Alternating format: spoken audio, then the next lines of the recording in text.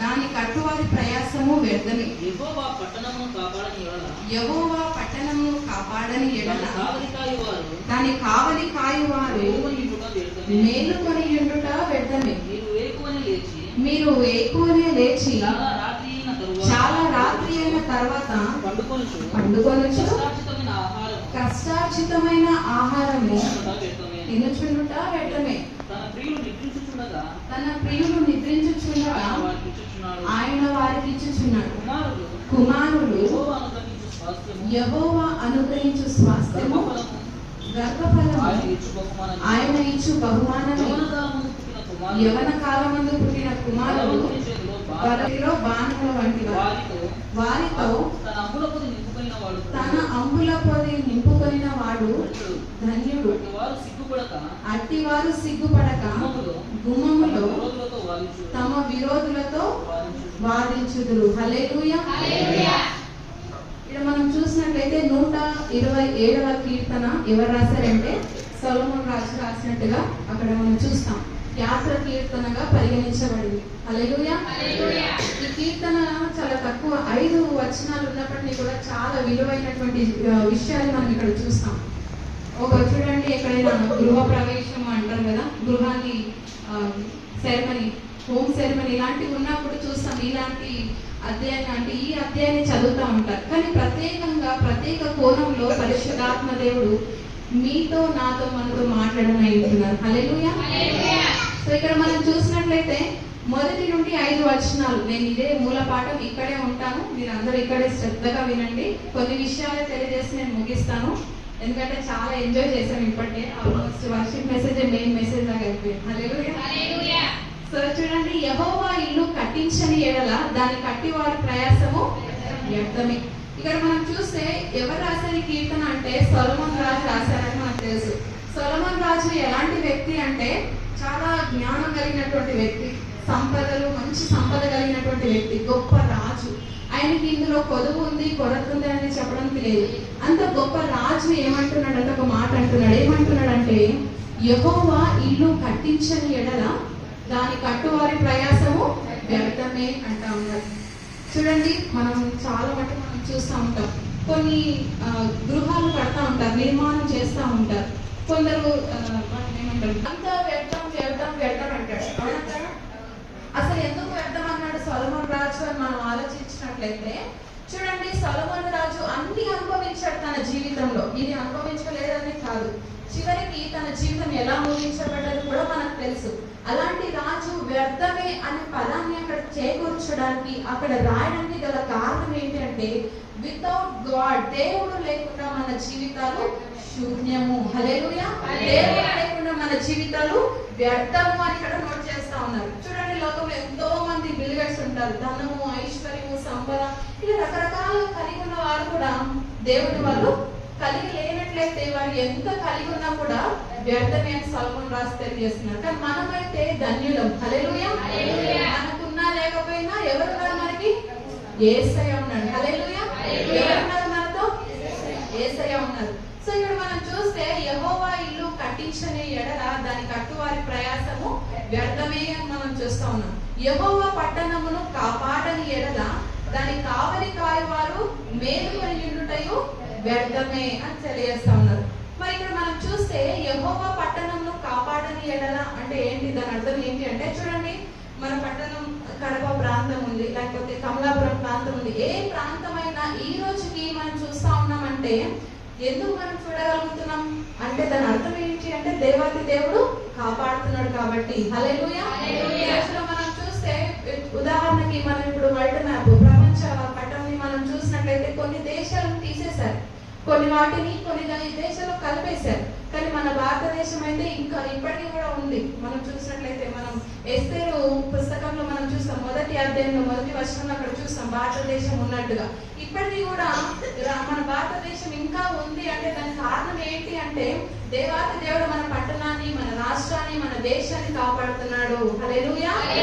ఇంకా మనం సజీవులుగా ఉన్నామంటే ఎవరి కృప అంటే దేవుని కృప. హల్లెలూయా.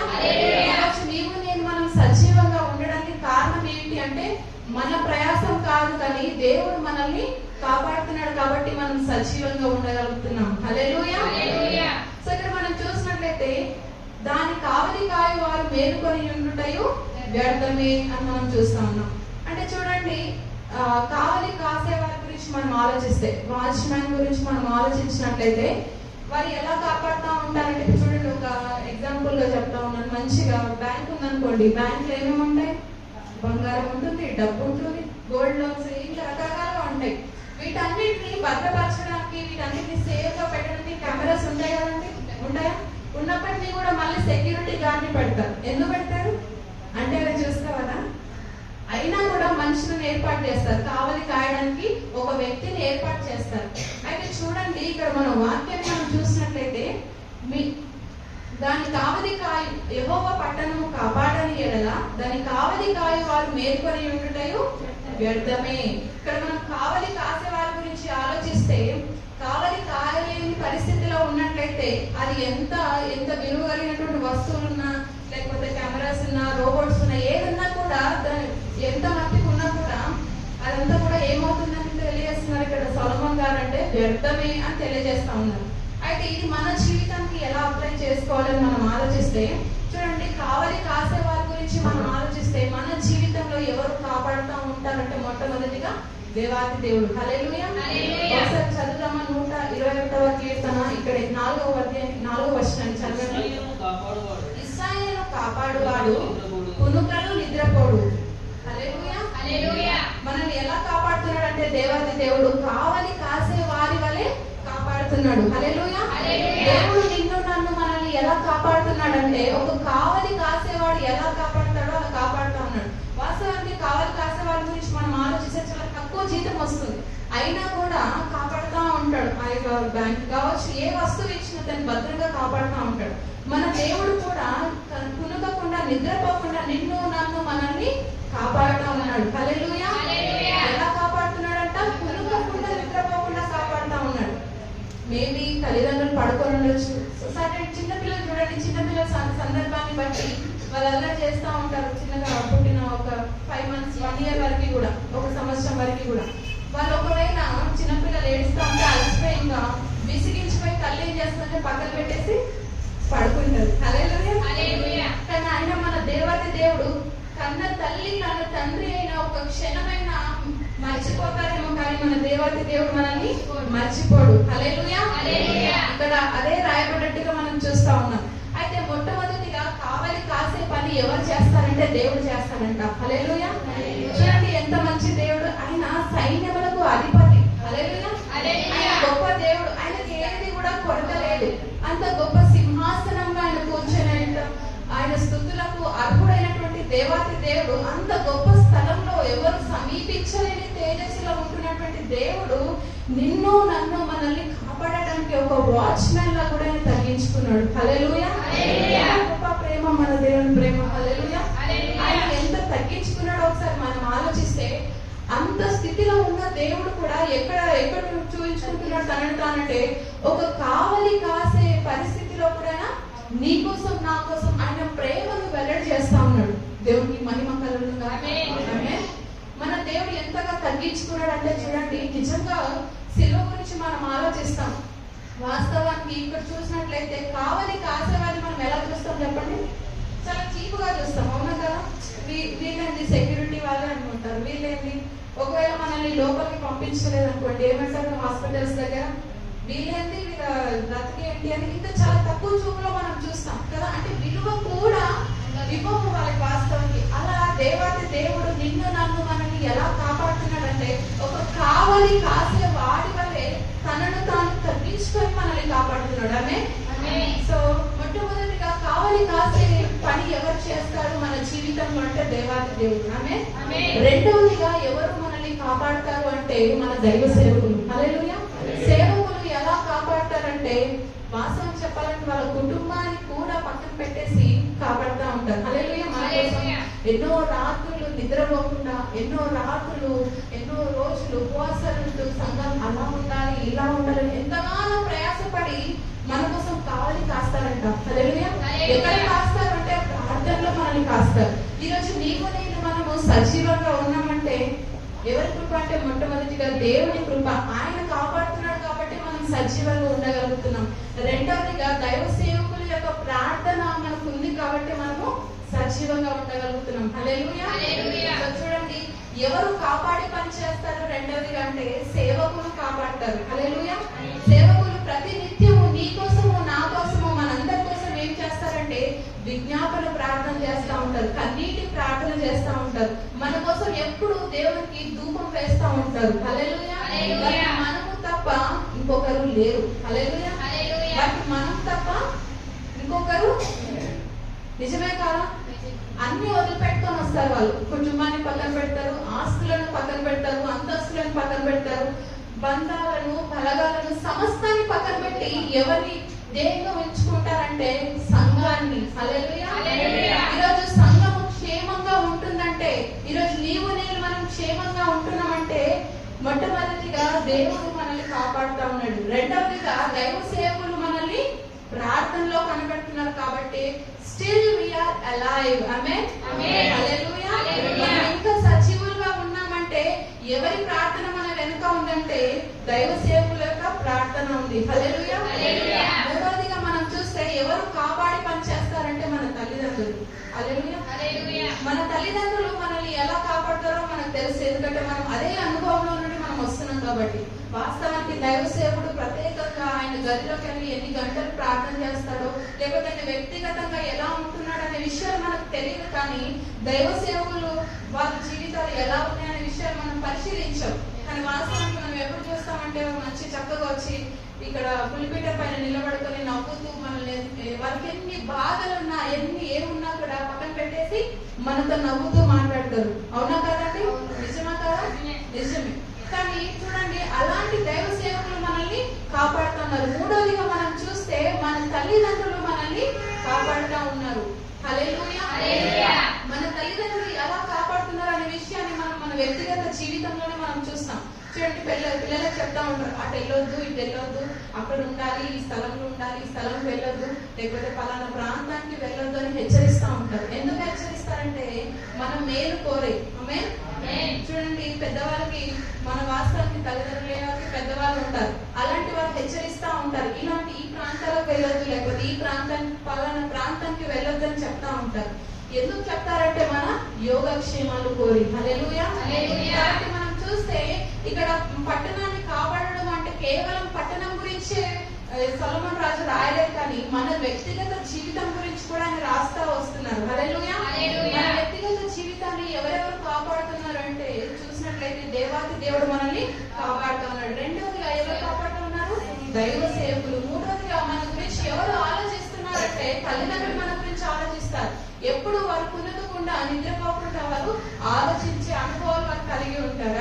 ఆమేన్. సో అదే విధంగా మనం చూస్తే వేకువనే లేచి చాలా రాత్రి అయిన తర్వాత పండుకొనుచు కష్టార్జితమైన ఆహారము తినుచుండుటయు వ్యర్థమే. సో మొట్టమొదటిగా మనం ఒక విషయాన్ని నేర్చుకున్నాం. మనం ఏ పని చేసినా కూడా మనకి ఎవరితో ఉండాలంటే దేవుడితో ఉండాలి. హల్లెలూయా. ఏ పని చేసినా మనకి ఎవరు ఉండాలి? దేవుడితో ఉండాలి. అప్పుడు మనం ఏం చూస్తామంటే అద్భుతాన్ని మనం చూస్తాం. ఆమేన్. మనం అనుకుంటాం చాలా సార్లుగా, ఇలా ఉంటే బాగుండు, లేకపోతే నా గృహం ఇలా నిర్మించుకుంటే బాగుండు, నేను ఆ స్థితిలో ఉంటే బాగుండని ఇలాంటి ఆశలు మనం కలిగి ఉంటాం. కొన్ని సందర్భాల్లో కొన్ని ఆశలు నెరవేర్చబడతాయి, కొన్ని ఆశలు నెరవేర్చబడవు. ఎందుకు నెరవేర్చబడుతున్నాయి, కొన్ని ఎందుకు నెరవేర్చబడట్లేదు అంటే దేవుని ప్రాముఖ్యంగా మనము ముందుంచట్లేదు అనే విషయాన్ని మనం గుర్తుపెట్టుకోవాలి. ఆమేన్. మనం ఏ పని చేసినా కూడా మొట్టమొదటిగా దేవుడు plus work, God plus work gives rise to miracle. ఆమేన్. దేవుడు, అదే విధంగా మనం చేసినటువంటి ప్రయత్నము కలిస్తే ఏమొస్తుందంటే అద్భుతం వస్తుంది. ఆమేన్. దేవుడు, అదే విధంగా God plus work gives rise to miracle. ఆమేన్. మనం చేసినటువంటి ప్రయత్నం రెండు కలిపితే వచ్చేది అద్భుతం. ఆమేన్. మన కుటుంబ జీవితాలు కట్టబడాలంటే, మన వ్యక్తిగత జీవితం కట్టబడాలంటే మనకు కావాల్సింది ఏంటంటే మొట్టమొదటిగా ఏం చేయాలంటే మన దేవుణ్ణి మనం ముందు పెట్టాలి. ఆమేన్.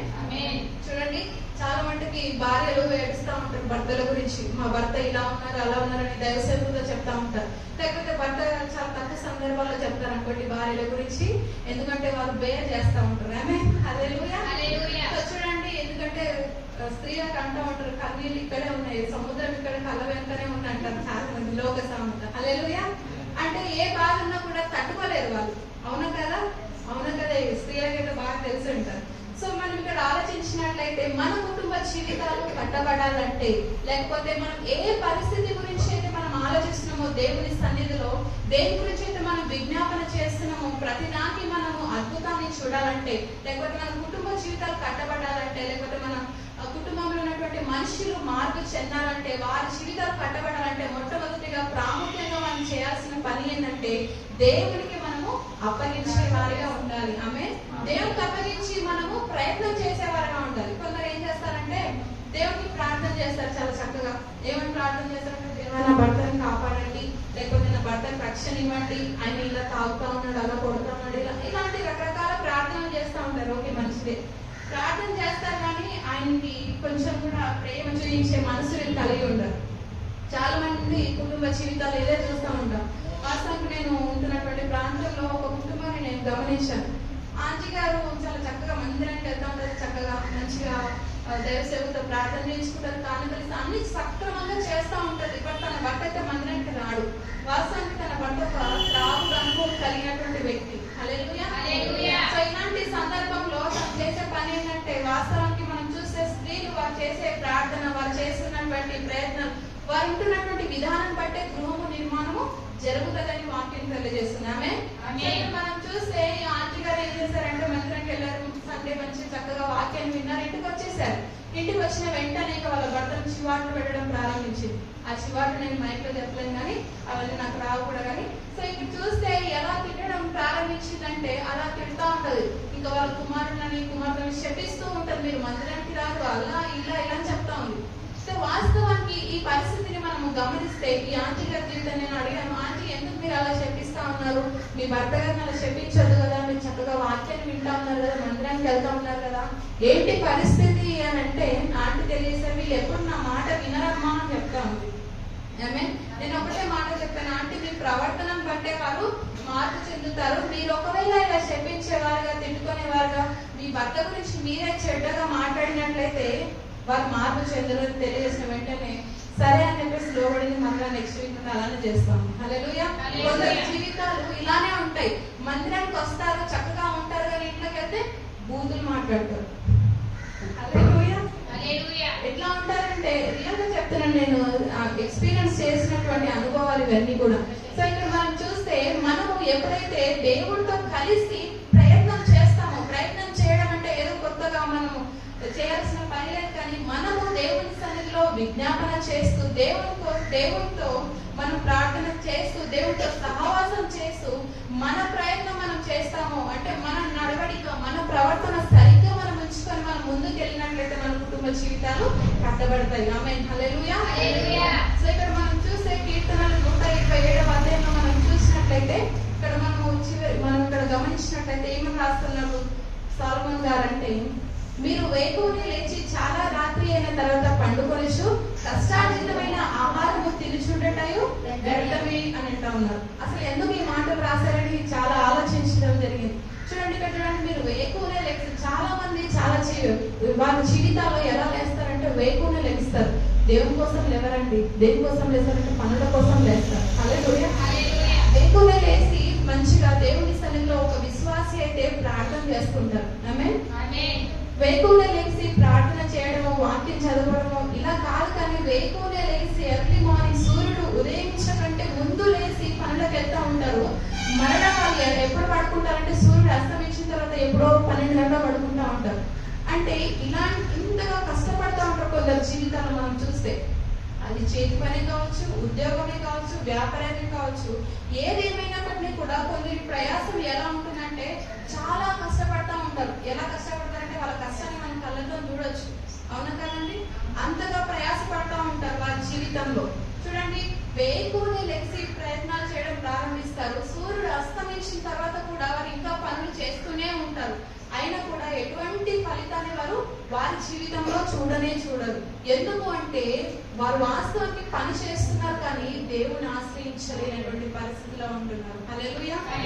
అయినా మన జీవితంలో కూడా ఒకవేళ మీరు ఎంత ప్రయాసపడినా తగిన ఫలితం రావట్లేదంటే మనం ఆలోచన ఏంటంటే, ఎక్కడైనా దేవునికి స్థానం ఇవ్వకుండా మనము మన ప్రయత్నాలు చేసుకుంటూ ముందుకు వెళ్ళినట్లయితే ఖచ్చితంగా దాని రిజల్ట్ ని మనం అనుభవించాం. మనము రిజల్ట్స్ ని, మనము ఫలితాలను చూడాలంటే ఖచ్చితంగా ప్రార్థించే వారికి ఉండాలి, ప్రయత్నం చేసే వారికి ఉండాలి. అప్పుడే మన జీవితంలో సఫలాన్ని మనం చూస్తాం, విజయాన్ని మనం చూస్తాం. మన జీవితంలో ఏదైనా ప్రయత్నం చేస్తున్నాము, దానికి విజయం రావట్లేదు, అపజయం వస్తుంది, ఎంత ప్రయాసపడ్డా వచ్చిన డబ్బు వచ్చినట్టే వెళ్ళిపోతుంది అంటే దాని అర్థం ఏంటంటే మనం దేవుణ్ణి ఆశ్రయించే వారిగా మనం లేవని మనం జ్ఞాపకం చేసుకోవాలి. చూడండి, ఒక ఉదాహరణ తెలియజేస్తాను. కొందరు స్టూడెంట్స్ ఉంటారు, పిల్లలు ఏం చేస్తారంటే ఎగ్జామ్స్ రాయడానికి ఒక సిస్టర్ నా దగ్గరకు వచ్చారు. ఇలానే ఎగ్జామ్స్ రాస్తారు, చక్కగా రాసిన తర్వాత వచ్చి ఇంటర్ ఫ్రెండ్ అమ్మాయి సో వచ్చేసి ఏమని తెలియజేసిందంటే, ఎస్ఐ నా గురించి ప్రార్థన చేయని చెప్పింది. దేని గురించి ప్రార్థన చేయాలమ్మా అని అడిగితే, ఇప్పుడు మనం చూస్తే పోలీస్ కానిస్టేబుల్స్ గురించి ఎగ్జామ్స్ రాస్తా ఉన్నారు తెలంగాణ ప్రాంతంలో అయితే. సో చూడండి, ఆ సిస్టర్, ఆ సహోదరి ఏమని చెప్పిందంటే, ఫస్ట్ 3 phases ఉంటాయి అన్నమాట మొత్తానికి. First round, second round, third round interview ఉంటుంది. ఫస్ట్ రౌండ్ లో నేను అస్సలు చదవలేదు, టైం తక్కువ ఉంది, నేను చదవలేని పరిస్థితి, కాబట్టి నువ్వు ప్రార్థన చేస్తే నేను ఈ ఎగ్జామ్ లో క్వాలిఫై అయితే సెకండ్ ఎగ్జామ్ కి చదువుకుంటాను అని చెప్తా ఉంది. అంటే నేను ఇప్పుడు ఏమని ప్రార్థన చేయాలి? సక్సెస్ రావాలని ప్రార్థన చేయాలంట. ఎలా ఉచితంగానే రావాలంట, ప్రయాస పడదు కానీ రిజల్ట్ అయితే రావాలంట. నేను నమ్ముకొని నువ్వు ప్రయాస పడకుండా మరి రిజల్ట్స్ ఎలా వస్తాయని నేను అడిగితే, లేదు ఇది ఒక్కసారి దేవుడు కరుణిస్తాడు, ప్రార్థన చేయాలంటారు. ఇలాంటి వారు చాలా మంది స్టూడెంట్స్ దగ్గరకు వస్తూ ఉంటారు, ఇలాంటి ప్రార్థనలు విన్నపాలు తెలియజేస్తూ ఉంటారు. మన జీవితంలో మనం ఎలా ఉన్నారంటే, ఎప్పుడైతే శ్రమ పడతామో ప్రార్థన చేయాలి, శ్రమ పడాలి, అప్పుడే రిజల్ట్స్, ఫలితాలని మనం చూస్తాం. మొట్టమొదటిగా మనం నేర్చుకుంటున్నటువంటి విషయం ఏంటంటే, మనము మన జీవితంలో, మన కుటుంబ జీవితంలో అద్భుతం చూడాలంటే, ఒకరి జీవితంలో మార్పు చెందాలి ఒకరు అంటే, మొట్టమొదటిగా మనం చేయాల్సిన పని ఏంటంటే, దేవుణ్ణి మనం ముందు పెట్టి తర్వాత మనం ప్రయత్నం చేసినట్లయితే మన జీవితంలో అద్భుతాన్ని మనం చూస్తాం.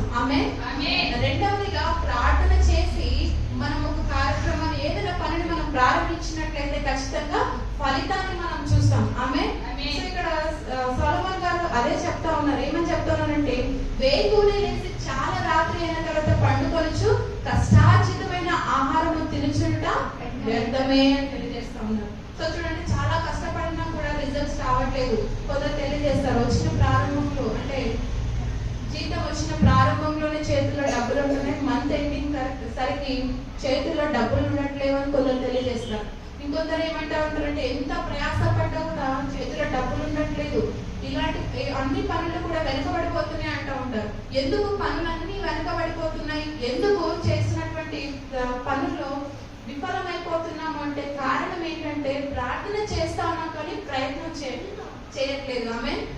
కొందరు జీవితంలో చూసినట్లయితే ప్రార్థన చేస్తూ ఉంటారు. ప్రార్థన ఎలాంటి ప్రార్థన చేస్తారంటే, దేవుడు కూర్చొని చోటనే అన్ని తెచ్చియాలన్నట్టుగా ప్రార్థన చేస్తూ ఉంటారు. లైక్ ఎలాంటి ప్రార్థనలు చేస్తారంటే, నా కుటుంబం పోషిస్తాడు కదా దేవుడు, ఓకే, గంటల తరబడి ప్రార్థన చేస్తూ ఉంటారు. రోజు మొత్తం ప్రార్థన చేస్తుంటారు, రాత్రంతా ప్రార్థన చేస్తూ ఉంటారు. బట్ అయినప్పటికీ కూడా ప్రయత్నం అనేది చేయరు కొందరు జీవితంలో. కొందరు స్టూడెంట్స్ కూడా అలాంటి వారే ఉంటారు, చదవరు కానీ రిజల్ట్స్ రావాలంట. కాబట్టి మనం ఇక్కడ గమనించినట్లయితే, మనము ఎప్పుడైతే మన జీవితంలో ప్రార్థన చేయడం ఇంపార్టెంటే, ప్రయత్నం చేయడం కూడా ఇంపార్టెంటే. చదవాలి, ప్రార్థన చేయాలి, అప్పుడే మనం ఏం చూస్తాం? ప్రతిఫలాన్ని మనం చూస్తాం. కాబట్టి ఇక్కడ సొలొమోన్ రాజు ఏమని తెలియజేస్తున్నారంటే, దేవుడు లేకుండా మనం ఎంత కష్టపడ్డా అది వేస్టే అని చెప్తా ఉన్నారు. ఇంకోటి, ప్రార్థన మనం ఎంత చేసినా ప్రయత్నం చేయకపోయినా అది వేస్టే అని తెలియజేస్తున్నారు. కాబట్టి మన జీవితంలో మొట్టమొదటిగా నేర్చుకోవాల్సినటువంటి విషయం ఏంటంటే, ఒక అద్భుతాన్ని మనం చూడాలి కుటుంబంలో, ఒక మార్పు మన జీవితంలో, ఎవరి జీవితంలో అయినా మనం చూడాలనుకుంటే దేవుడిని మనం కలిగి ఉండాలి. మొట్టమొదటిగా దేవునితో పాటు ప్రయత్నం చేసినట్లయితే అద్భుతాన్ని మనం చూస్తాం. రెండోదిగా మనం గమనించాల్సిన విషయం ఏంటంటే, ప్రార్థనతో పాటు మనం ప్రయత్నం చేస్తే ఏం చూస్తామంటే విజయాన్ని మనం చూస్తాం. అదే విధంగా మనం చూసినట్లయితే, తన ప్రియులు నిద్రించుచుండగా ఆయన వారికి ఇచ్చుచున్నాడు. హల్లెలూయా. ఏం చేస్తాడంట? నిద్రించుచుండగా ఆయన ఇస్తాడంట. నిజంగా ఇస్తాడంటారా? సరే, ఇప్పుడు మీరు విశ్వసిస్తున్నారు. ఇప్పుడు మీరు వెళ్ళి ఇంటికి వెళ్ళిన తర్వాత, ఆరాధన అయిపోయిన తర్వాత ఇంటికి వెళ్ళి ఇంకా చక్కగా భోజనం భోజనం చేసేసి పడుకోండి. ఏమని ప్రార్థన చేసుకుంటారంటే రేపు ఉదయకాల సమయం వరకు దేవా నా అకౌంట్ లో 1,00,000 రూపాయలు పడాలని ప్రార్థన చేసుకోండి. ఆమె పడతాయి అంటారా? డౌటే, అవునా? నిద్రించుండగా దేవుడు ఇస్తాడని తెలియజేస్తున్నాడా లేదా?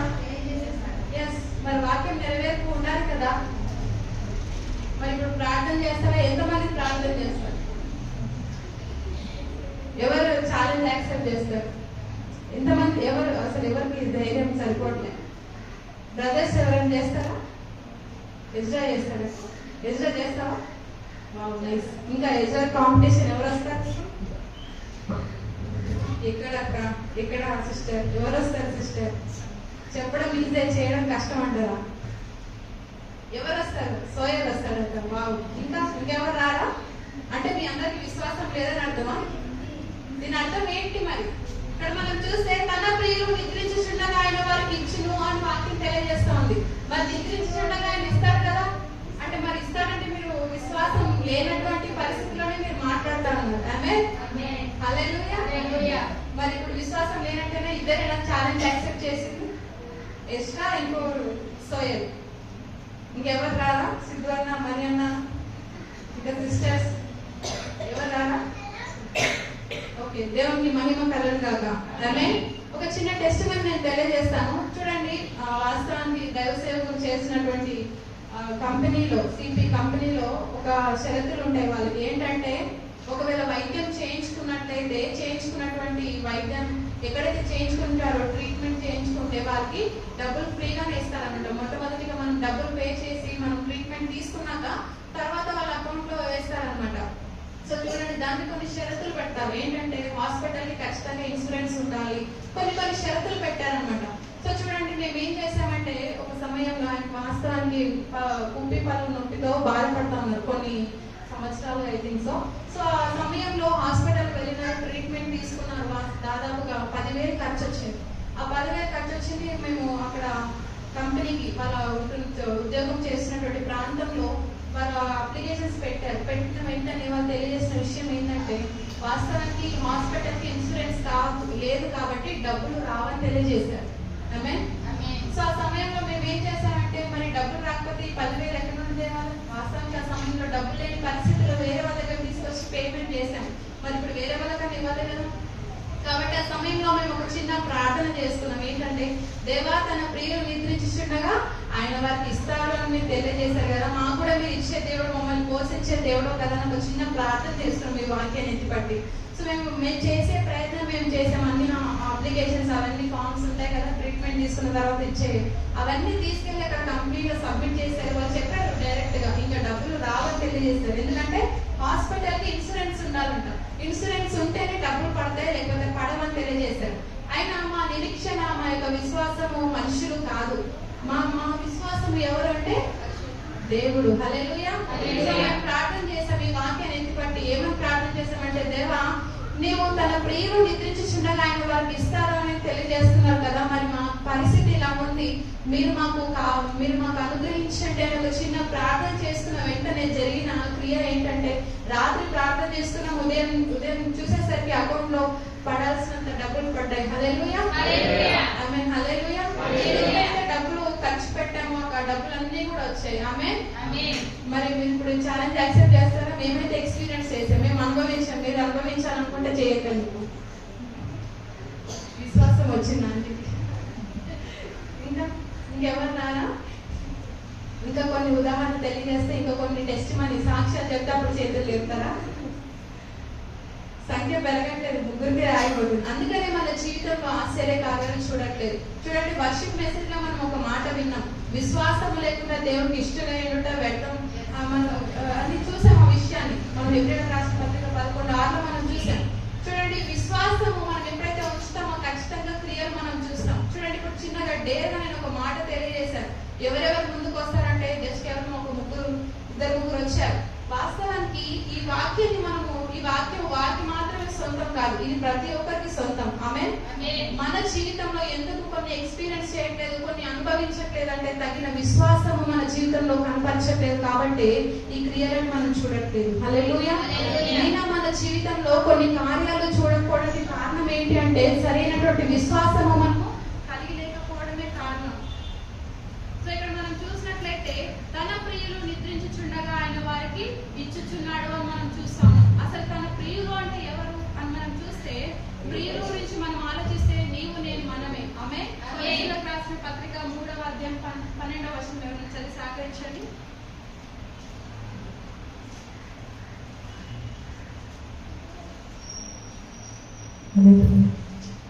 కొరింథీయులకు రాసిన పత్రిక 3వ అధ్యాయం 12వ వచనం.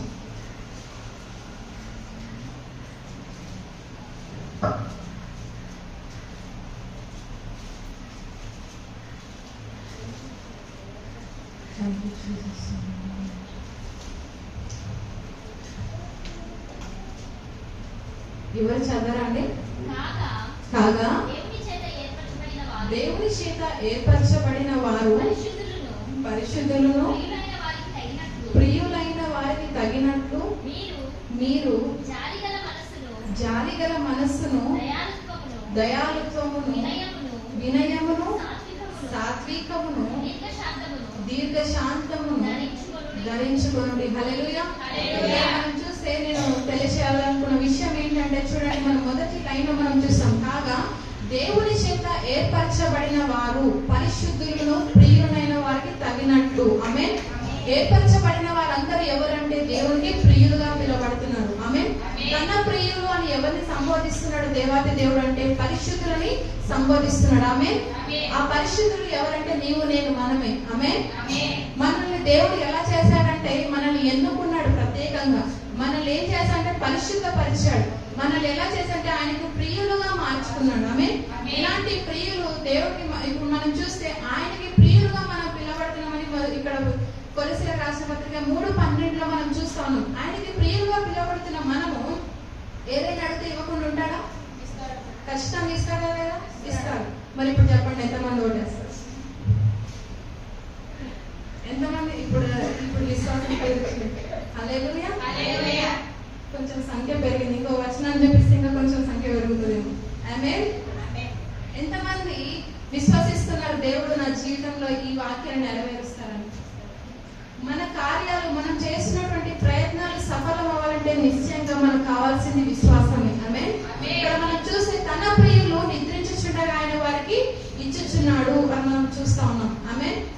ఇక్కడ మనం అదే విధంగా చూసినట్టయితే 3వ వచనంలో కుమారులు యెహోవా అనుగ్రహించు స్వాస్థ్యము గర్భఫలము ఆయన ఇచ్చు బహుమానమే. దీని గురించి అనేక సార్లు మనము ధ్యానించినప్పటికీ కూడా కొన్ని విషయాలు తెలియజేస్తాను.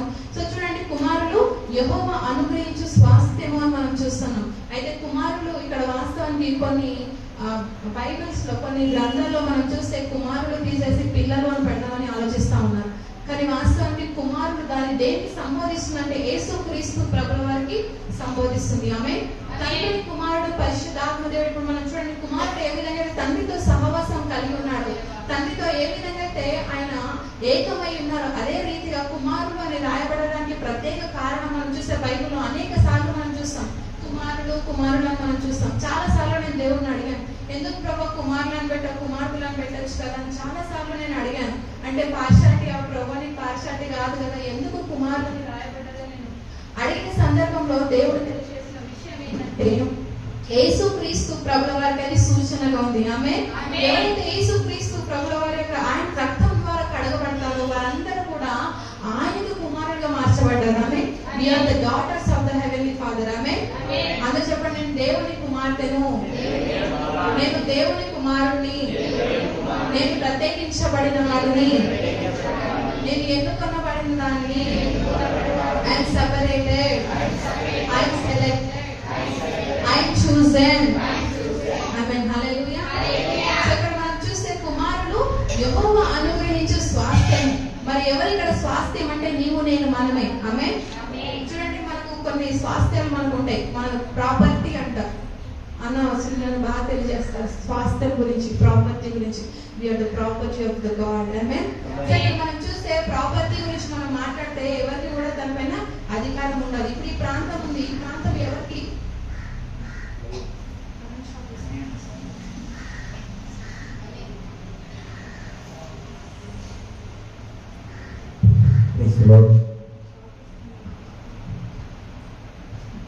మనం చూసినట్లయితే స్వాస్థ్యము దేనికి సాదృశ్యంగా ఉన్నట్టుగా మనం చూస్తా ఉన్నామంటే నీకు నాకు మనకి. ఆమేన్.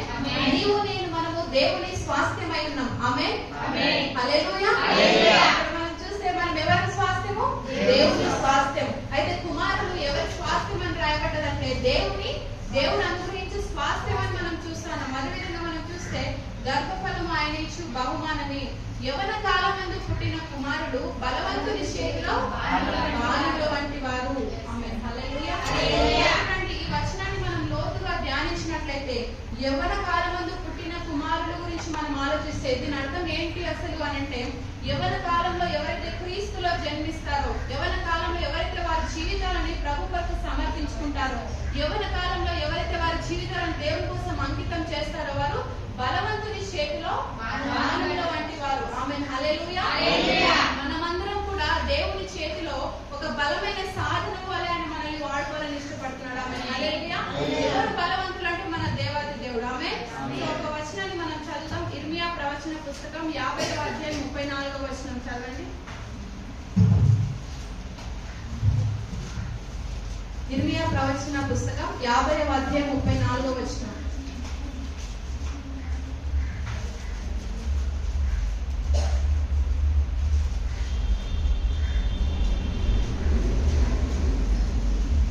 వారి విమోచకుడు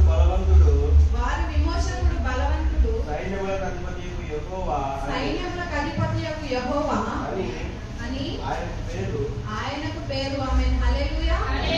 ఎవరు మన విమోచకుడు? ఎవరంట? దేవాతి దేవుడు. ఆమేన్. వారి విమోచకుడు. వారు అంటే ఎవరి గురించి రాయబడిందంటే మన గురించి. ఆమేన్. హల్లెలూయా. మన విమోచకుడు బలవంతుడు. ఆమేన్. మన విమోచకుడు ఎవరు అంటే సైన్యములకు అధిపతియగు యెహోవా అని ఆయనకు పేరు. ఆమేన్.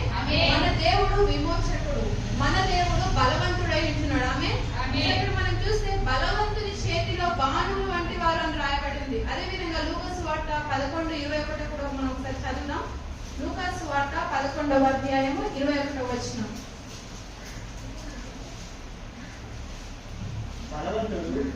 బలవంతుడు ఆయుధములు ధరించుకొని తన ఆవరణను కాచుకున్నప్పుడు అతని సొత్తు భద్రంగా ఉండును. ఆమేన్. హల్లెలూయా. ఎవరు ఇక్కడ బలవంతుడు అంటే దేవాతి దేవుడు. ఆమేన్. ఆయన మనల్ని ఎలా ధరించుకున్నాడు అంటే తన అంబుల పొదిలో మనల్ని అందరినీ కూడా భద్రపరుచుకున్నాడు. ఆమేన్. మనల్ని మనల్ని అందరినీ కూడా చూడండి. వాస్తవానికి కొందరు అనుకుంటారు యవన కాలంలో పుట్టిన కుమారులు అంటే కేవలం యవనస్తులే అనుకుంటారు. నీవు నేను మనం అందరం కూడా. ఆమేన్. మనము ఆయన మహిమ శరీరాన్ని ధరించుకొని వెళ్ళిన తర్వాత పరలోక రాజ్యంలో మనం ఎలా ఉంటామంటే ముసలి వాళ్ళ ఉంటారు, చిన్నపిల్లల వాళ్ళ ఉండరు, కానీ యవ్వన దశలో ఉన్నట్టుగా మనం ఉంటాం. ఆమేన్.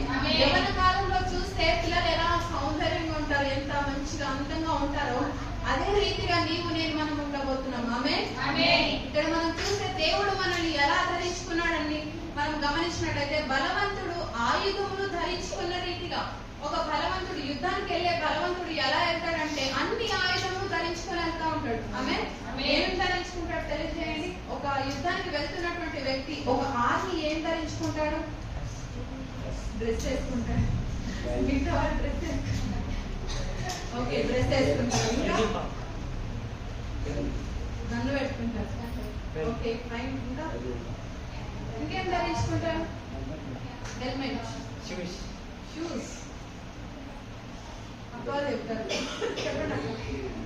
ఏం ధరించుకుంటాడు? ఒక వ్యక్తి యుద్ధానికి వెళ్తున్న సందర్భంలో ఏం ధరించుకొని వెళ్తాడు? ఆయుధాలు ధరించుకొని వెళ్తాడు. ఓకే, ఏం ధరించుకుంటాడు? బాణములు పెట్టుకుంటాడు. ఓకే, ఇంకా ఇంకేం ధరించుకుంటారండి? బెల్ట్ పెట్టుకుంటాడు. ఇలా మనం చూస్తే యుద్ధానికి వెళ్తున్నటువంటి ఒక బలవంతుడు, ఒక శూరుడు, ఒక వీరుడు ఎలా వెళ్తాడంటే ప్రతిదీ కూడా తనని తాను సిద్ధపరచుకుంటాడు. ఆమేన్.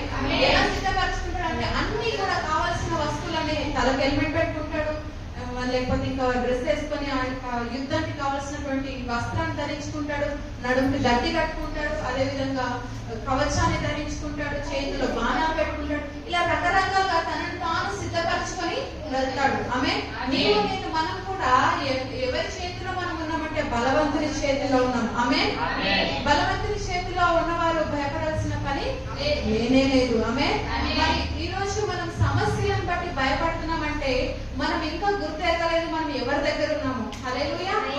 మనం ఒకవేళ నిజముగా బలవంతుని చేతిలో మనం ఉన్నామని మనం ఒకవేళ పరిగణించినట్లయితే, ఒకవేళ మనము దేవుని చేతిలో మనం ఉన్నాము, నాకు ఎటువంటి అపాయం కలగదని మనం అనుకున్నట్లయితే శ్రమలను చూసి, హింసలను చూసి, నిందలను చూసి ఎక్కడ కూడా మనము భయపడము. ఆమె ఈరోజు ఎంతో మన జీవితాల్లో, మన కుటుంబ జీవితాల్లో భయాన్ని, ఆందోళన ఇవన్నీ ఏర్పాటు చేస్తున్నాయంటే దాని అర్థం ఏంటంటే we don't know about us. మన గురించి మనకి తెలియని పరిస్థితిలో మనం ఉన్నామని మనం జ్ఞాపకం చేసుకోవాలి. ఆమె హల్లెలూయా.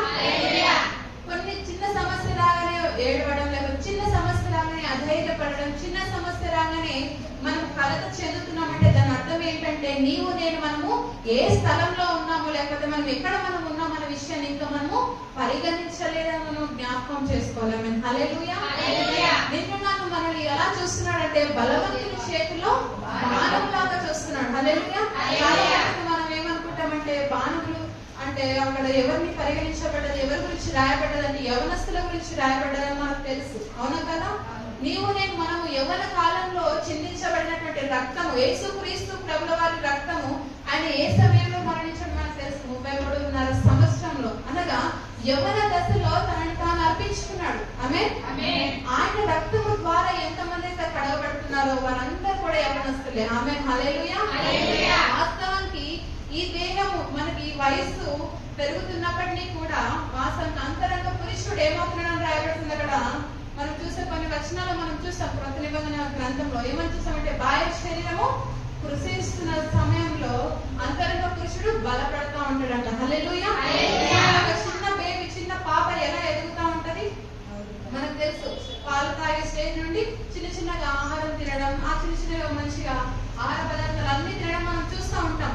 ఇలాంటి సందర్భంలో మనం ఆలోచించినట్లయితే ఏ విధంగా ఒక బాలుడు ఎదుగుతూ ఉంటాడో అదే రీతిగా ఎప్పుడైతే మనం ఆత్మీయ జీవితంలో కూడా నీవు నేను మనము మన అంతరంగ పురుషుడిని వాక్యంతో ఎప్పుడైతే మనము కడుతూ ఉంటామో, వాక్యం ద్వారా మనల్ని మనం నింపుకోవడం ప్రారంభిస్తామో మనలో ఉన్న అంతరంగ పురుషుడు అభివృద్ధి చెందుతాడు. ఆమె హల్లెలూయా.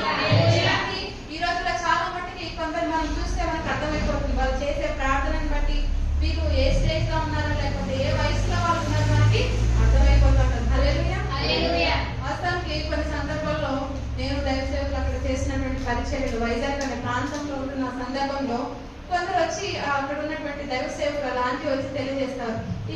అక్కడ ఉన్నటువంటి యవనస్తులు బాగా అల్లరి చేస్తూ ఉంటే ఆంటీ అంటారు, మీరు మీ యవన దశలో అల్లరి చేయలేదా, లేకపోతే మీరు ఎలా ఉండేవారని మమ్మల్ని చిన్న చిన్న ప్రశ్నలు అడిగేది. అడుగుతున్న సందర్భంలో నేను దైవ సేవకులు ఇస్తున్న సమాధానం ఏంటంటే ఆ స్టేజ్ దాటిపోయామంటే మేమని చెప్తాం. హల్లెలూయా.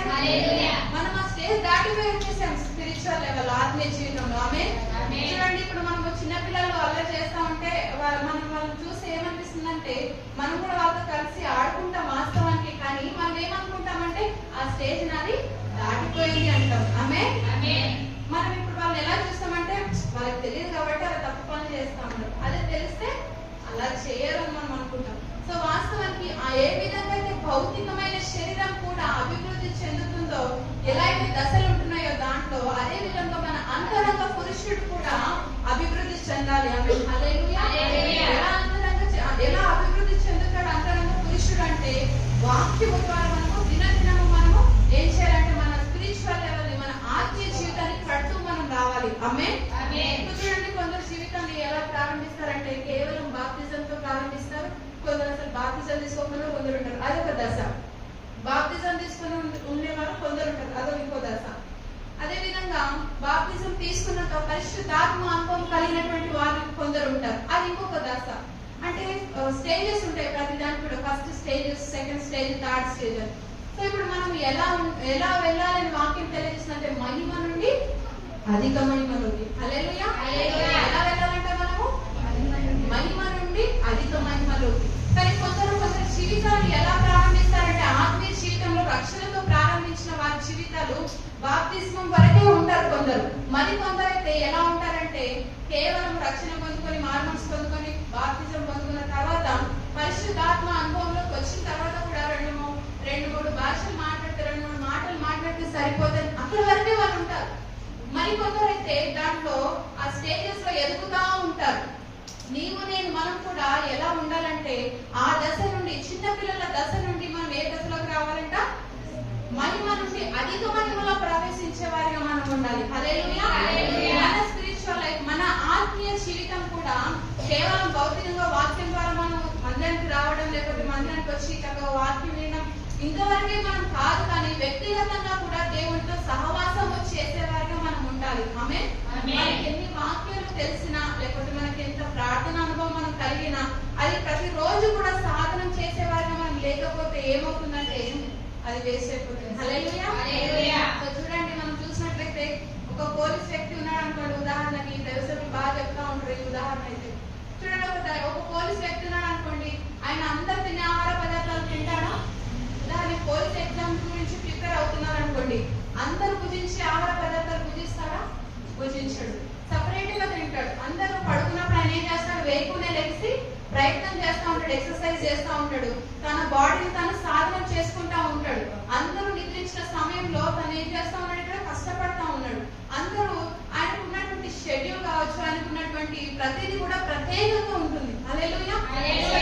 మన జీవితంలో ప్రతిరోజు కూడా ఈ రక్షణ వస్త్రాన్ని మనం ధరించుకున్న ప్రతి ఒక్కరు కూడా దీన్ని సాధనం చేస్తూ ఉండాలి. హల్లెలూయా. ఎప్పుడైతే మన ఆత్మీయ జీవితంలో మనము సాధన చేసేవారుగా, ఎక్సర్సైజ్ చేసేవారుగా, ప్రాక్టీస్ చేసేవారుగా మనం ఉంటాము, అప్పుడే మనము ఆత్మీయ దశలో మనము దినదినము అభివృద్ధి చెందుతాం. ఆమేన్. హల్లెలూయా. కాబట్టి మన ఆత్మీయ జీవితాలు ఎదగాలంటే మనం చేయాల్సిన పని ఏంటంటే కేవలం మందిరానికి వచ్చి వాక్యం వినిపోవడం కాదు, కానీ వ్యక్తిగతంగా దేవునితో కూడా మనము సహవాసం కలిగి ఉండేవారిగా మనం ఉండాలి. వ్యక్తిగతంగా దేవుడు అంటే ఎవరో సూటిగా మనం ఒక మంచి అనుభవం కలిగి ఉన్నటువంటి పరిస్థితిలో మనం ఉన్నట్లయితే నిజముగా మనం కరెక్ట్ ట్రాక్ లో ఉన్నట్టు. హల్లెలూయా. ఒకవేళ కేవలం మందిరం చూడండి, కొందరు ఎలా ఉంటారంటే సండే వచ్చినప్పుడు మాత్రమే బైబిల్ ఓపెన్ చేస్తారు, మరలా మిగతా రోజులంతా బైబిల్ ఎక్కడో ఉంటుంది, మళ్ళా సండే వచ్చినప్పుడే దాన్ని మళ్ళీ దులుపుకొని క్లీన్ చేసుకొని వస్తా ఉంటారు. ఇలాంటి జీవితాన్ని మనము కలిగి ఉండకూడదు, కానీ ఎలాంటి జీవితాన్ని మనం కలిగి ఉండాలంటే ప్రతిరోజు కూడా దేవునితో సహవాసం కలిగి ఉండాలి. ప్రతిరోజు కూడా దేవునితో మనము మాట్లాడే అనుభవంలో మనము జీవించాలి. ప్రతిరోజు మనల్ని మనం సరి చేసుకుంటూ ఉండాలి. మనం చూస్తాం ఎఫెసీయులకు రాసిన పత్రిక 5వ అధ్యాయం 20 మనం అక్కడ చూసే విషయాలు ఏంటంటే వాక్యముతో మనము ఉదక స్నానం చేయాలని రాయబడింది. హల్లెలూయా. ప్రతిరోజు కూడా మనము భౌతికంగా ఒకరోజు స్నానం చేయకుండా మనం ఉండలేము. కొందరైతే రోజుకి 2 సార్లు చేస్తారు, కొందరు 3 సార్లు చేస్తారు. ఓకే, అది మంచిదే, కానీ ఏ విధంగా అయితే మనం బాహ్య శరీరానికి స్నానం చేసి చక్కగా వస్త్రాలు ధరించి ఏ విధంగా మనం ఈ విధంగా మనం చూసుకుంటున్నాం, చక్కగా భద్రపరుచుకుంటున్నాం ఈ శరీరాన్ని, అదే రీతిగా మనలో ఉన్నటువంటి అంతరంగ పురుషుడిని మనం ఏం చేయాలంటే ప్రతిరోజు కూడా వాక్యంతో ఏం చేయాలంట? ఆమేన్. హల్లెలూయా. మన క్రియలు, మన నడవడికలు ఎలా ఉన్నాయని వాక్యం దగ్గరికి వెళ్ళి పరిశీలించుకునే వారిగా మనము ఉండాలి. ఆమేన్. సో ఎంత ప్రయాసపడ్డా కూడా దేవునితో సహవాసం లేనట్లయితే, ఎంత ప్రయాసపడ్డా కూడా ఏమవుతుందంటది? వ్యర్థమే. హల్లెలూయా. సో అదే రీతిగా మనం చూసినట్లయితే యవన కాలమందు పుట్టిన కుమారుడు బలవంతుని చేతిలో బాణము వంటి వారు, వారితో తన అంబుల పొగది నింపుగలిగిన వాడు ధన్యుడు. అట్టి వారు సిగ్గుపడక గుమ్మములో తమ విరోధులతో వాదించుదురు. హల్లెలూయా. మనం చూస్తే యవనస్తుల గురించి రాయబడ్డట్టుగా మనం చూస్తా ఉన్నాం. చివరి వచనాన్ని నేను తెలియజేసి ముగిస్తాను. చూడండి, ఇక్కడ మనం చూసినట్లయితే అట్టి వారు సిగ్గుపడక గుమ్మములో తమ విరోధులతో వాదించుదురు. యవన కాలంలో ఉంటున్నటువంటి వారు అంటే నీవు నేను మనము అని మనము సంబోధించుకోవచ్చు. ఆమేన్. మరి ఏమనుకుంటారు? ఈ వచనం చదివిన ప్రతిసారి ఇది నాకు సంబంధించినటువంటిది కాదు, ఇది యవనస్తులది అని అనుకుంటారు. అవునా? చాలా మంది అనుకుంటా ఉంటారు, బట్ కాదు. ఇది ఎవరికి, ప్రతి ఒక్కరికి వర్తిస్తుంది. ఎందుకు వర్తిస్తుంది అంటే యవన కాలమందు పుట్టిన వారు అంటే దాని అర్థం ఏంటని చెప్పాను? యేసుక్రీస్తు ప్రభువు ఆయన రక్తం ద్వారా కడగబడిన ప్రతి ఒక్కరికి కూడా ఇది సంబోధిస్తుంది. ఆమేన్. కాబట్టి ఇక్కడ మనం చూస్తే చివరి వచనంలో మనం చూస్తే అట్టి వారు సిగ్గుపడక గుమ్మములో తమ విరోధులతో వాదించుదురు. ఆమేన్. ఎవరు మన విరోధి? ఆమేన్. హల్లెలూయా. ఎవరు మన విరోధి? అపవాది. మనకు కొందరు విరోధులు ఉంటారు భౌతికంగా, లోకానుసారంగా. ఇంటి పక్కన వాళ్ళు, ఇంటి ఎదురు వాళ్ళు, ఇంకా చుట్టుపక్కల వాళ్ళు, మన బంధువులు కొందరు ఉంటారు. మనకు సమేతంగా ఉండని ప్రతి ఒక్కరు కూడా ఎలా అయిపోతారంటే మనకు విరోధులుగా మార్చబడతా ఉంటారు. అవునా కదా? వీళ్ళంటే నాకు అసలు పడదు, వీళ్ళంటే నాకు తగదు అని తెలియజేస్తా ఉంటాం కొన్ని సందర్భాల్లో. కానీ వాస్తవానికి మన విరోధి ఎవరు అని వాక్యం తెలియజేస్తా ఉందంటే మన విరోధి అపవాది. హల్లెలూయా. పత్రిక 5:8 మనం చూస్తాం. ఒకసారి చదువుతామా? 1 Peter 5th chapter 8 verse. మొదటి పేతురు 5వ అధ్యాయం 8వ వచనం. నిబ్బరమైన బుద్ధి కలవారై మెలకుగా ఉండుడి. నీ విరోధి అయిన అపవాది గర్జించు సింహము వలె ఎవరిని మృంగుదునా అని వెదుకుచూ తిరుగుచున్నాడు. హల్లెలూయా. ఎలా తిరుగుతున్నాడంట? వెదుగుతున్నాడు. ఓకే. ఎలా ఉన్నాడంట అపవాది విరోధి? గర్జించు సింహము వలె. సింహము వలెనా? సింహము వలె. మనం ఏం చేస్తామంటే అపవాదం పెద్దగా చూస్తాం. ఏమన్నా జరుగుతున్నాయంటే చూడండి, చిన్నపిల్లలు కూర్చోడు వచ్చినాడు అంటే ఇప్పుడు స్నో ఇవి ఉంటారు, పిల్లలు కూర్చోడు అనగానే భయపడి లోపలికి వెళ్ళిపోతారు. నైట్ టైం కొన్ని విషయాలు తెలియజేస్తాయి, అక్కడ అవి తెలియజేస్తే అక్కడ కూర్చోడు అక్కడ వెళ్ళొద్దన్న కానీ వెంటనే భయపడి వద్దమ్మా ఇలాంటి మాట తెలియదు మమ్మీ తెలియజేయొద్దని చెప్పేసి లోకి వెళ్ళిపోతా ఉంటారు. హల్లెలూయా. చూడండి, చిన్నపిల్లలు భయపడతా ఉంటారు కూర్చోడు అనగానే. అవునా కదా? ఇక్కడ మనం చూస్తే మనం కూడా కొన్ని పరిస్థితుల్లో మనం ఎలా ఉంటామంటే అపవాదికి భయపడే వారిగా మనం ఉంటాం. ఎందుకంటే ఆ శ్రమ చూడండి, అపవాది తీసుకొచ్చేది మనకి ఏం తీసుకొస్తారంటే కొన్ని కష్టాలు, శోధనలు ఏవి తీసుకొచ్చినా మనము సమస్యలకి భయపడుతున్నామంటే సమస్యని మనం ఎలా చూస్తున్నట్టు పెద్దగా చూస్తున్నాం. హల్లెలూయా. ఎలా చూస్తున్నాం మనం సమస్యని? పెద్దగా చూస్తున్నాం. కానీ ఇక్కడ రాయబడినటువంటి విషయం ఏంటంటే అపవాది ఎలా ఉన్నాడు, మన విరోధి అయినటువంటి అపవాది ఎలా ఉన్నాడని రాయబడిందంటే సింహము వలె అని రాయబడ్డారు. కానీ సింహం కాదు. హల్లెలూయా. మన యేసు ప్రభు ఏ సింహం అయినారు? ఆయన యూదా గోత్రపు సింహం, కొదమ సింహం. ఆమేన్. హల్లెలూయా. అపవాది సేమ్ కాపీ క్యాట్. హల్లెలూయా. ఆయన ప్రతి దాంట్లో కాపీ చేస్తా ఉంటాడు అపవాది. సింహము వలె కానీ సింహం కాదు. ఆమేన్. కాబట్టి సమస్యను మనం ఇంకా పెద్దగా చేస్తా ఉన్నాం, దాన్ని ఇంకా ఎక్స్పాండ్ చేస్తా ఉన్నామంటే దాని అర్థం ఏంటంటే మన విరోధి సింహము వల్ల యాక్ట్ చేస్తున్నాడు కానీ సింహం కాదు. హల్లెలూయా. మన సమస్యను చూసి భయపడాల్సిన పని లేదు. ఆమేన్. హల్లెలూయా. మనం ఇంకా సమస్యను చూసి భయపడుతున్నామంటే సింహం అనే ఊహించుకుంటున్నాం. ఆమేన్. మనం ఇంకా సమస్యని చూసి భయపడుతున్నామంటే దాన్ని ఎలా చూస్తున్నామంటే సింహం లాగా చూస్తా ఉన్నాం. ఆమేన్. చిన్న కష్టం రాగానే భయపడుతున్నాము, లేకపోతే కొన్ని పరిస్థితులు అనుకూలమైనటువంటి పరిస్థితులు లేవని మనం భయపడుతున్నామంటే దాని అర్థం ఏంటంటే మనం ఇంకా ఆ సమస్యని ఎలా చూస్తున్నామంటే సింహం లాగా దాన్ని చూస్తున్నాం. కానీ యూదా గోత్రపు కొదమ సింహం ఆయన మన పక్షంలో ఉన్నాడు. ఆమేన్. హల్లెలూయా. దేవుడు మన పక్షంలో ఉన్నాడు. ఆమేన్. హల్లెలూయా. కాబట్టి యవన దశలో ఉంటున్నటువంటి కుమారుడు ఎలాంటి వారంటే ఆయన చూడండి, మనం చూసినట్లయితే యవ్వన కాలమందు పుట్టిన కుమారుడు బలవంతుని చేతిలో బాణములు వంటి వారు. ఆమేన్. మనము దేవుని చేతిలో ఉన్నామని మనము గ్రహించాలి. ఆమేన్. చూడండి, ఒక యవనస్తుని గురించి నేను తెలియజేస్తాను. బైబిల్లో ఉన్నటువంటి మనకందరికీ తెలిసినటువంటి వ్యక్తి. సో సొలొమోను రాజు కుమారుడు ఎవరు? సొలొమోను రాజు యొక్క కుమారుడు గురించి మనం ఆలోచిస్తే చెప్పండి, ఎవరు సొలొమోను రాజు కుమారుడు ఎవరండి? పట్టాభిషేకం పొందుకున్నటువంటి రాజు ఎవరు?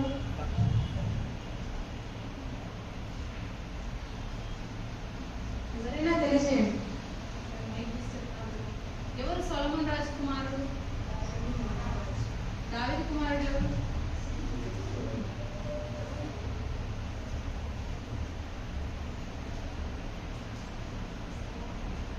చెప్పండి. మైక్ ఆఫ్ చేసి మాట్లాడతాను. చెప్పండి. దేవుని మహిమ కలుగుగాక.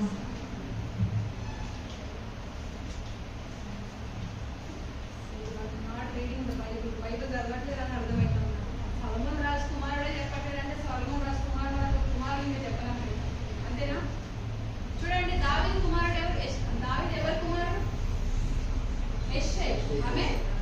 యెష్షై కుమారుడు దావీదు, దావీదు కుమారుడు సొలొమోను, సొలొమోను కుమారుడు రెహబాము. హల్లెలూయా.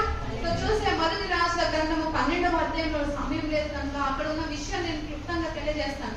ఈ యవనస్తుని గురించి రాయబడినటువంటి విషయాలు కొన్ని తెలియజేస్తాను. చూడండి, తండ్రి గారు చాలా ప్రయాసపడ్డాడు. చాలా పెద్ద ప్రాజెక్ట్ ఆయన తీసుకొని పెద్దగా దేవుడి మందిర నిర్మాణం అన్ని చేసినట్టుగా మనం చూస్తాం సొలొమోను రాజు. అయితే తన కుమారుడు పట్టాభిషేకం పొందుకున్న తర్వాత, అంతే కదా, తండ్రి అన్ని కూడా కుమారుడు. హల్లెలూయా.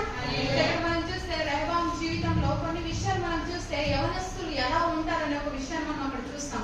అక్కడ రాయబడినటువంటి విషయం ఏంటంటే, వాస్తవానికి ప్రతి పరిస్థితిలో కూడా మనం ఎవరిని ఆశ్రయిస్తాం? మనకంటే పెద్దవారిని మనము ఆశ్రయించే వారిగా మనం ఉంటాం. మనకంటే పెద్దవారిని మన దైవ సేవకులు కావచ్చు, మన తల్లిదండ్రులు కావచ్చు, మనకంటే పెద్దగా ఉన్న ప్రతి ఒక్కరి మనము ఆశ్రయిస్తాం కొన్ని పరిస్థితుల్లో సలహాలను తీసుకోవాలంటే. అయితే ఈ రాజుగా పిలువబడుతున్నటువంటి ఈ వ్యక్తి రెహబాము తన జీవితంలో చేసిన విషయాలు ఏంటంటే, సో చూడండి, మొట్టమొదటిగా పెద్దల్ని సంప్రదించాడు, కొన్ని పరిస్థితులను వాళ్ళతో డిస్కస్ చేశాడు, మాట్లాడాడు, అడిగాడు, విషయాలన్నీ తెలుసుకొని ఏం చేయాలని వారిని అడిగాడు. వారి ఫలానా ఇది కావాలి, అలా చేయండి, ఈ కాడి మా మీద నుండి తీసేయండి అని కొన్ని అడిగినారు రాజుతో. సో పెద్దలు తెలియజేసిన రీతిగా ఆయన నడుచుకోవాలని ఇష్టపడ్డాడు వాస్తవమే. కానీ కొన్ని పరిస్థితులను బట్టి ఏం చేస్తారంటే, స్నేహితులు ఎలా తెలియజేశారో అలా లోపడ్డట్టుగా మనం చూస్తాం. కాబట్టి తన జీవితం ఎలా అయిందో మనకు తెలుసు.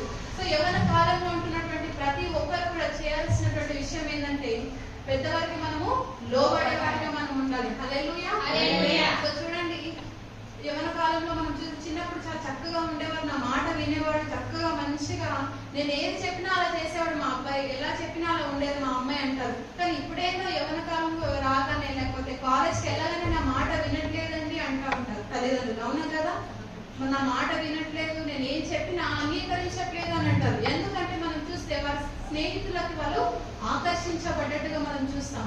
ఈ రెహబాము జీవితంలో కూడా మనం ఆలోచిస్తే తన స్నేహితులు తెలియజేసిన సూచనలు పాటించినట్టుగా మనం చూస్తాం.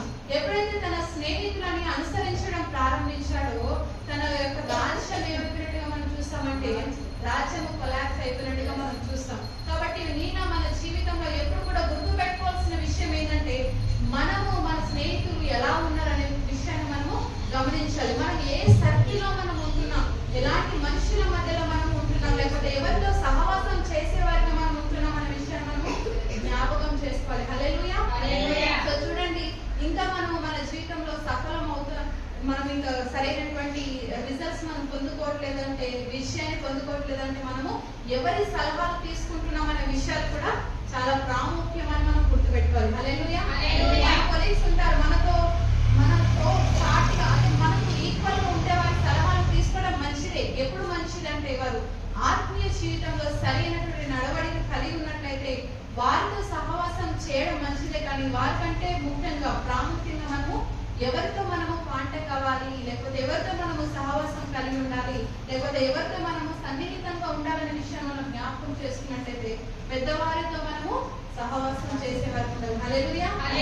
వారి మాటకు లోబడే వారిగా మనం ఉండాలి. ఇక్కడ ఈ రాజు జీవితాన్ని మనం ఆలోచిస్తే పెద్దవారి మాటను తిరస్కరించినట్టుగా మనం చూస్తూ ఉంటాం. యవ్వన కాలంలో ఉంటున్నటువంటి తన జీవితంలో యవనస్తుల సలహాలు తీసుకోవడం ప్రారంభించినప్పుడు రాజ్యము పతనమైనట్టుగా మనం చూస్తాం. కాబట్టి యవన దశలో ఉంటున్నటువంటి ప్రతి ఒక్కరు కూడా జ్ఞాపకం చేసుకోవాల్సిన విషయం ఏంటంటే, మనకంటే పెద్దవారి మాటలు, మన దైవ సేవకులు కావచ్చు, మన తల్లిదండ్రులు కావచ్చు, ప్రతి ఒక్కరి మాటలు మనము వినేవారిగా మనం ఉండాలి. ఒకవేళ ఒకరు సలహాలు ఇచ్చారనుకోండి, అవి ఎలాంటి సలహాలను కూడా మనము పరిశీలించే వారిగా మనం ఉండాలి. ఈ ఉదయకాల సమయంలో పరిశుద్ధాత్మ దేవుడు కుటుంబ జీవితాన్ని ఎలా కట్టుకోవాలనే విషయాన్ని మనము అనేక రీతిలో కొన్ని విషయాలు మనము ధ్యానిస్తూ వచ్చాం. మొట్టమొదటిగా మన జీవితంలో ఒక అద్భుతం చూడాలంటే మనం ఏం చేయాలని నేర్చుకున్నాం? దేవుడు God plus word gives rise to miracle. Amen. దేవుడు అదే విధంగా మనము చేస్తున్నటువంటి పని కలిస్తే ఏమొస్తుంది? అద్భుతం జరుగుతుంది. ఆమేన్. అప్పుడు మన కుటుంబాలు కట్టబడతాయని మనం నేర్చుకున్నాం. మన కుటుంబ జీవితాలు, మన వ్యక్తిగత జీవితాలు కట్టబడాలంటే కావాల్సినటువంటి విషయాలు ఏంటి అంటే, మొట్టమొదటిగా దేవుడిని ఆశ్రయించేవారిగా మనం ఉండాలి. దేవుడిని ఆశ్రయించడం మాత్రమే కాదు, కానీ ప్రయత్నం చేసేవారిగా మనం ఉండాలి. ఏ పని చేయకుండా దేవుడు చూస్తుంటాడు అనే విషయంలో ఈ రీతిగా మనము జీవించకూడదు. హల్లెలూయా. జీవితంలో మన కుటుంబ జీవితాలు కట్టబడాలంటే మొట్టమొదటిగా దేవుడికి స్థానాన్ని ఇచ్చి మనం ప్రయత్నం చేసినట్లయితే కుటుంబంలో అద్భుతం జరుగుతుందని నేర్చుకున్నాం. రెండవదిగా మనం నేర్చుకున్న విషయాలు ఏంటంటే prayer plus work gives rise to results. ప్రార్థన చేయాలి, ప్రార్థనతో పాటు ప్రయత్నం చేసినట్లయితే సఫలం అవుతాం. మన జీవితంలో అద్భుతాలు చూస్తాం. మన జీవితంలో తగిన ఫలాన్ని మనం చూస్తాం. మన జీవితంలో తగినటువంటి విజయాన్ని మనం చూస్తాం. కాబట్టి మన జీవితంలో విజయాన్ని చూడాలంటే లేకపోతే ఫలితాన్ని మనము పొందుకోవాలంటే మనము చేయాల్సిన పని ఏంటంటే ప్రార్థన చేయాలి, పని కూడా చేయాలి. కొందరు ప్రార్థన చేస్తారు, పని చేయరు. కొందరు పని చేస్తారు, కొందరు ప్రార్థన చేయరు. కానీ మన ఆత్మీయ జీవితంలో మనము కలిగి ఉండాల్సినటువంటి విషయాలు ఏంటని మనం మూడుగా మనం నేర్చుకున్నాం. మొట్టమొదటిగా God plus work gives rise to miracles. రెండో దేవుడు, అదేవిధంగా పని మనం చేసే ప్రయత్నం ఏమిస్తుందంటే అద్భుతాన్ని ఇస్తుంది. రెండోదిగా మనం ఏం నేర్చుకున్నామంటే ప్రార్థన, అదేవిధంగా ప్రయత్నము ఏమిస్తుంది అంటే మనకి ఫలితాన్ని ఇస్తుందని మనం నేర్చుకున్నాం. అదేవిధంగా యవ్వన కాలంలో ఉంటున్నటువంటి వారి గురించి కూడా మనము అనేక విషయాలు మనము నేర్చుకున్నాం. హల్లెలూయా. ఆ రీతిగా జీవించడానికి మనం ఇష్టపడాలి. మన అంతరంగ పురుషుని ప్రతిరోజు కట్టుకునే వారిగా ఆత్మీయ సహవాసంలో ఎదిగే వారిగా మనం ఉండాలని అనేక విషయాలు మనము నేర్చుకుంటూ వచ్చాం. హల్లెలూయా. కాబట్టి ఆ విధంగా మనము జీవించే వారిగా మనము ఉండాలి. కాబట్టి ప్రతి సమస్యని మనము ఎక్స్పాండ్ చేసేవారిగా, పెద్దగా చేసేవారిగా మనం ఉండదు. కానీ ప్రతి సమస్యని మనం ఎలా చూడాలంటే చూడండి, ఎలా చూసామో ఎలా చూడాలని మనం నేర్చుకున్నాం. చిన్నగా చూడడం నేర్చుకోవాలి. ప్రతి సమస్య రాగానే దాన్ని పెద్దగా మనం చూసేలాగా పర్స్పెక్టివ్, మన ఆలోచన, మన దృష్టికోణం ఎలా ఉందనేది చాలా ప్రాముఖ్యం. కాబట్టి మనము యవ్వన కాలంలో ఉంటున్నటువంటి మనం అంటే ప్రతి ఒక్కరు ఎవరైతే క్రీస్తు రక్తంతో కడగబడ్డారో వారందరూ కూడా ఆయన కుమారుడిగా స్వీకరించాడు. మనం ఆయన స్వాస్థ్యంగా పిలవబడుతున్నాం. కాబట్టి మనం ఎలా ఉండాలని నేర్చుకున్నాం అంటే అపవాదితో పోరాడేవారిగా మనం ఉండాలి. హల్లెలూయా. చూస్తే చివరిగా అట్టివారు సిగ్గుపడక గుమ్మములో తమ విరోధులతో వాదించుదురు. హల్లెలూయా. ఎలా వాదిస్తారు అంటే ప్రార్థనలో మనం వాదించే వారిగా ఉండాలి. డైరెక్ట్ గా చూడండి, మనం డైరెక్ట్ గా వెళ్ళి అపవాదిని ఏమి ధరించుకోకుండా వెళ్తే మనం విజయం పొందుకుంటాడు. ఒక వ్యక్తి సిద్ధపడుకోకుండా వెళ్ళి యుద్ధంలో వెళ్ళి పోరాడినాడు అనుకోండి, ఏం జరుగుతుంది? అపజయం జరుగుతుంది. హల్లెలూయా. మన జీవితంలో విజయం చూడాలంటే, ఆత్మీయ జీవితంలో విజయం చూడాలంటే ప్రతిదీ కూడా డ్రెస్ కోడ్ అనేది చాలా ఇంపార్టెంట్. హల్లెలూయా. రక్షణ శిరస్నానం కావాలి. రక్షణ లేకుండా మనం వెళ్ళిపోయాం, తలకు గాయం జరిగితే ఏమైపోతుంది? రక్తం వచ్చేసింది. హల్లెలూయా. కాబట్టి రక్షణ శిరస్నానం ఇంపార్టెంట్. అదే విధంగా విశ్వాసం మనకు కావాలి. దాంతో పాటు రక్షణ కావాలి, విశ్వాసం కావాలి, సత్యమైన గట్టి కావాలి. ప్రతిదీ కూడా డ్రెస్ కోడ్ లో ఏది మిస్ అయినా కూడా మనకి అపాయం జరిగే అవకాశాలు ఉంటాయి. కాబట్టి ఆత్మీయ జీవితంలో మనము మన జీవితాన్ని ఈ విధంగా కట్టుకున్నట్లయితే మన కుటుంబాలు ఆశీర్వాదకరంగా ఉంటాయి. హల్లెలూయా. కాబట్టి ఆ విధంగా జీవితం, మన కుటుంబ జీవితాలు కట్టబడలేనట్లయితే, ఇంకా వెనుకబడినటువంటి జీవితాలు ఉన్నట్లయితే ప్రభు సన్నిధిలో అద్భుతాలు, మనం ఆశ్చర్య కార్యాలు మనం చూడాలంటే దేవుని సన్నిధిలో మనం అడుగుదాం. దేవా, మీరు దేవుని మనం ఆశ్రయించే వారిని మాత్రమే కాదు, దేవునితో పాటు కలిసి పనిచేసే వారిగా మనం ఉండాలని ప్రభు సన్నిధిలో మనం అడిగినట్లయితే ఖచ్చితంగా మనము అద్భుతాలను, ఆశ్చర్యకార్యాలను మన జీవితాల్లో చూస్తాం. అట్టి కృప ప్రభు మనందరికీ దయచేయను గాక.